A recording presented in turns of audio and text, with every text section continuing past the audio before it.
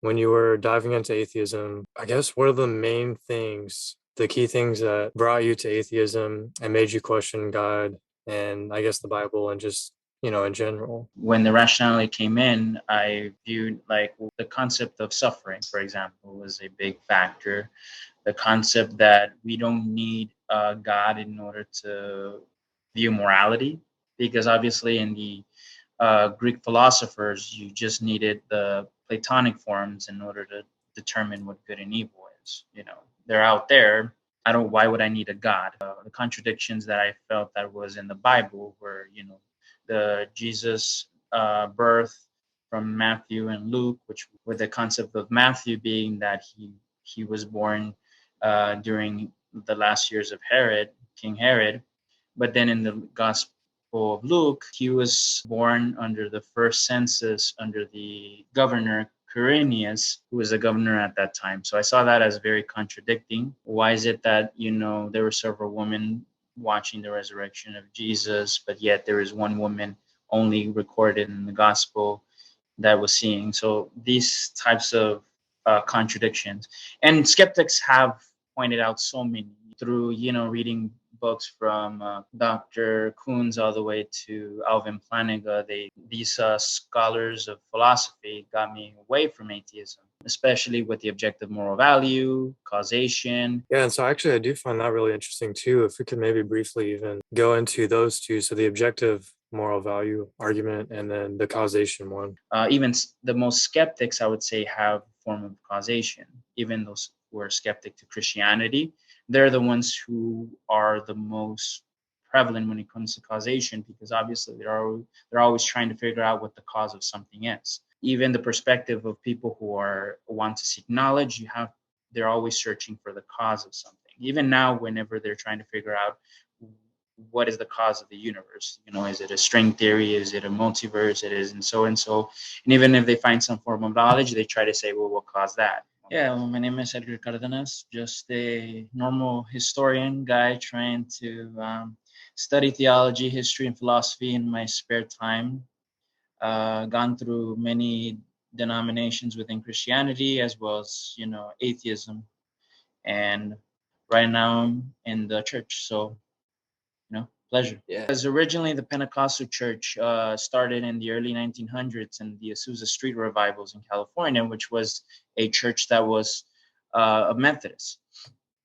Very similar, but I didn't get into Methodism till way later. So I was born in a Pentecostal church. My mom forced me to be going to, church, reading the Bible. As a Protestant, you view the Bible as being the highest authority. I think until I was about 18 or 19 is when I started getting interested in the concept or the denomination of Baptists, more specifically Southern Baptists, because there's different denominations within Baptists.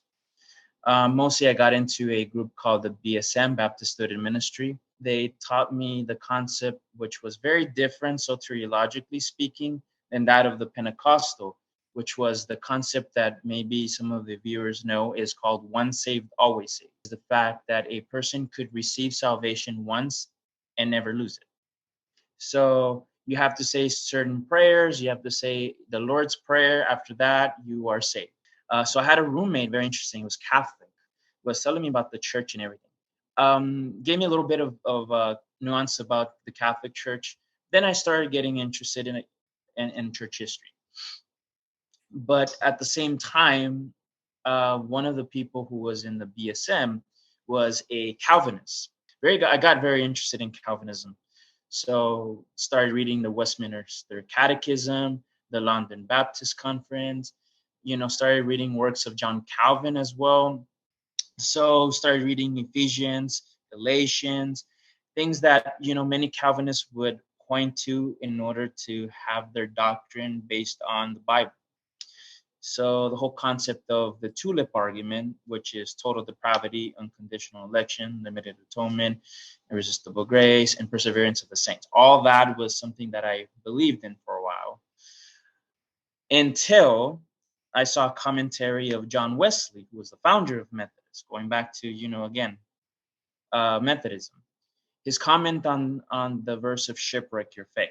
So from a Calvinist perspective, it's a little bit odd that an individual person could shipwreck his faith. Obviously, those who are elected are in the boat, but if you could shipwreck your faith, that means you could lose your salvation.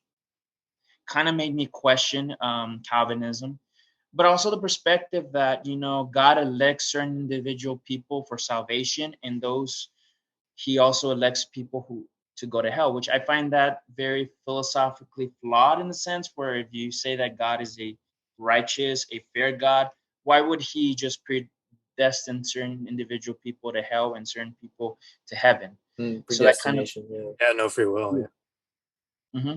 exactly. So that kind of made me question a lot, and especially going against the hard deterministic concept of soteriology that is found in Calvinism, where God would elect everything, would predetermine everything, even your actions. It was a little bit odd for me.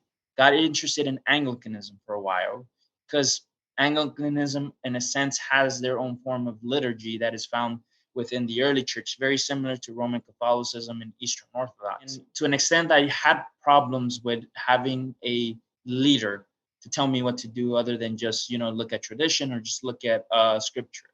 I started fading away from my faith, starting getting away, emotionally speaking, from prayer and so forth, and just kind of stopped believing, basically, because I didn't feel God. I started getting interested in atheism and so forth. So at that moment, I was reading books, not books from the neo-atheists like Richard Dawkins and Daniel Dennett, but books such, from John Parzar, Friedrich Nietzsche, Bertrand Russell, and even non-atheists who wouldn't be considered Christians like Immanuel Kant, David Hume, and so forth. I also studied scripture as well.